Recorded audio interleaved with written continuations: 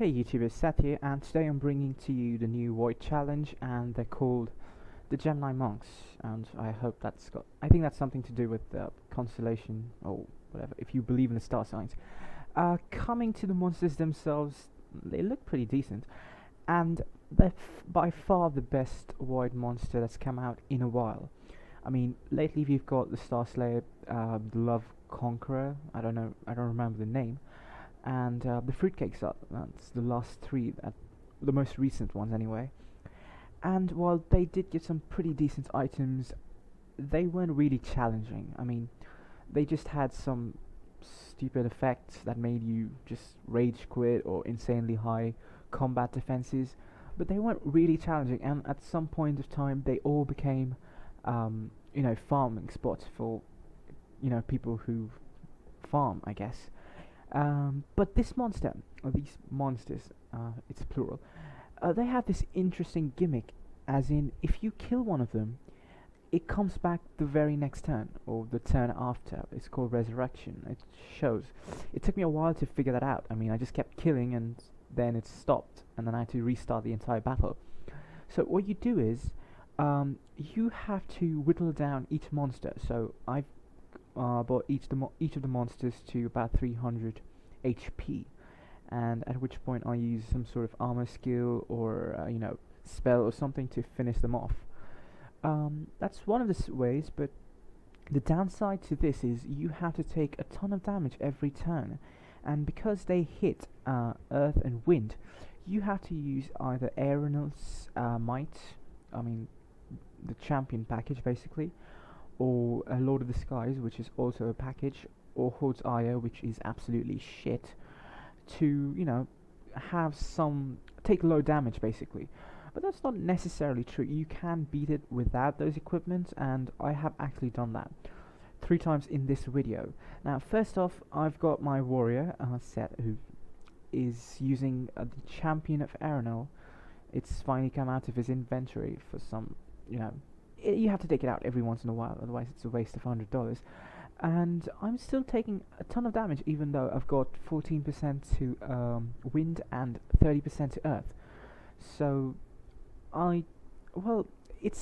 but I've got them down to low HP, so it doesn't really matter. And if you want, you can always use potions. I prefer not to, so it doesn't mean you have to do it as well. But they're not that difficult once you bring them both down, and you have a space of a turn to finish them off. So you bring down one to 300, kill it. Next turn you bring one down to 300, bring the other down to 300 or 400, kill one, then kill the other. It's your choice, but you have to make sure you survive the constant onslaughts, especially the SP skills. The earth one deals a lot of damage, the wind not so much. I think it might have an effect or not, I'm not absolutely sure. Now in this video I'm fighting these monsters again with my warrior, as I've already done now, and now comes the Polar Mage. Now in this scenario I have Lord of the Skies on this, so it becomes easier, but what I've done is I've used the Undeadify skill from Sepulture form to convert it into an undead monster. Now, if you use I'm not sure many of you know this, but if you use the high Communicant's Valiance, that's the golden set shield, it changes its resistance every time the monster attacks if it's undead, so you're always getting minus 25% to it. So I'm at my optimal defense every single time it attacks, so I don't have to do anything defensive wise anyway. So that's another way you can try to take them out, but not many actually possess Sepulture, so that is obviously a problem. But in case you're a pro mage, you can just cast spells using Fruitcake Brick on, so while you do take a lot of damage, you will eventually kill them very, very quickly.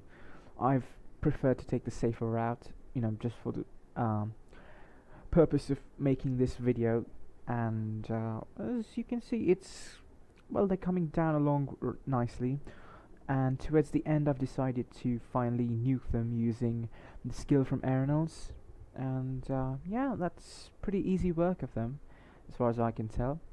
And now coming to my most recent character, and it's called, well, it's a Beast Ranger, but it's also a hybrid. So I'm going to make a video soon, showcasing the stats and all of that.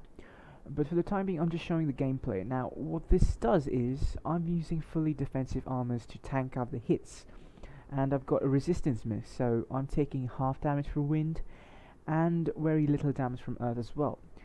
And keep in mind, I'm using effect weapons to reduce the damage I take further using gas rat grenades. So the monster is taking a 52% damage penalty on its regular attacks. On top of this, I've got Fruitcake Zard, which deals a lot of damage on its regular attack, and the LGBT Dinosaur, or LGBT Barney, whatever you want to call it. I don't really know the actual name. That controls the monster, so I take less damage every single way, and I've got a decent damage output as well. And once I bring them close enough to their demise, I just nuke them using destruction bursts. So that's another way to do it, and frankly I felt the last one, the ranger, to be the most fun because well, it requires, well, it's my ranger, my newest character, so it's always fun. But one of the other cons of this is, I mean pros of this, is it's completely free. None of these equipments require any packages or special items. Anyway, that's it for this video. Don't forget to like, subscribe, all that, and thanks for watching.